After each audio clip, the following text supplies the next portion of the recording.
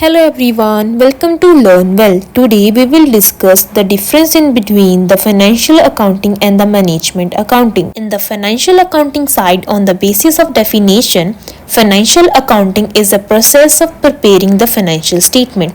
Financial accounting एक ऐसा process है जिसमें फाइनेंशियल स्टेटमेंट को प्रिपेयर किया जाता है कंपनी द्वारा to show their financial performance to the people outside the company.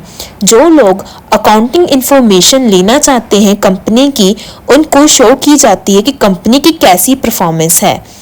On management accounting side, management accounting is the practice of identifying, measuring, analyzing, interpreting and communicating the financial information to the managers.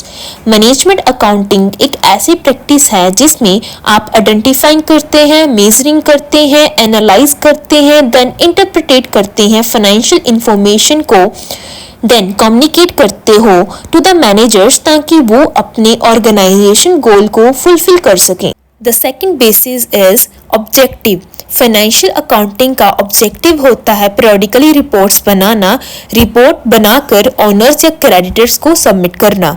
In management accounting का main objective होता है management को policy और plans के बारे में time to time assist करना ताकि ऑर्गेनाइजेशन गोल को अचीव कर सके। The third basis is scope.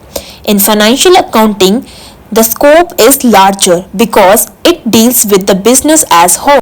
In management accounting side, the scope is smaller because it deals only with the limited coverage. On the basis of nature, in financial accounting, it mainly concerned with the historical data.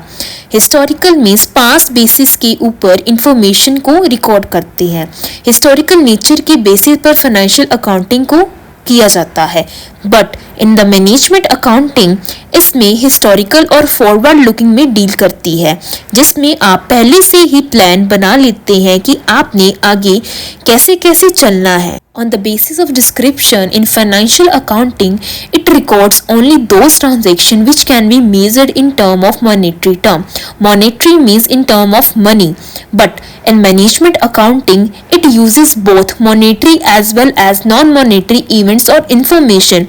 Non-monetary means which are not relating to the money. On the basis of period, financial accounting को एक particular time period में बनाया जाता है, जैसे कि at the end of the year.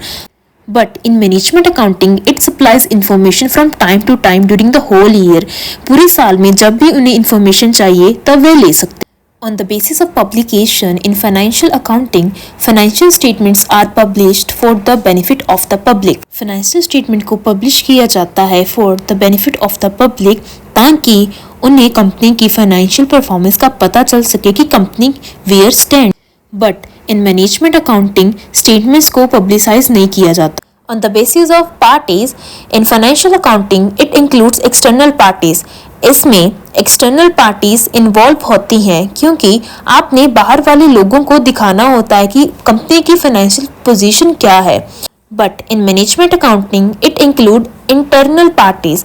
Internally काम करते हैं, आपने मैनेजमेंट के पर्पस के लिए काम करना होता है। मेन पर्पस इनका यही होता है कि मैनेजमेंट में क्या क्या चीज़ें इनको इम्प्रूव करनी चाहिए ताकि ऑर्गेनाइजेशन गोल को कैसे हम फुलफिल कर सकें। Another basis is quickness.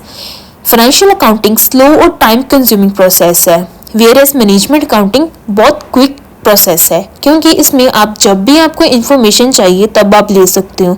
But financial accounting में ऐसा नहीं है, आपको eight the year and he पता चलेगा कि एक्चुअल पोजीशन क्या है कंपनी की। Another basis is accounting principle.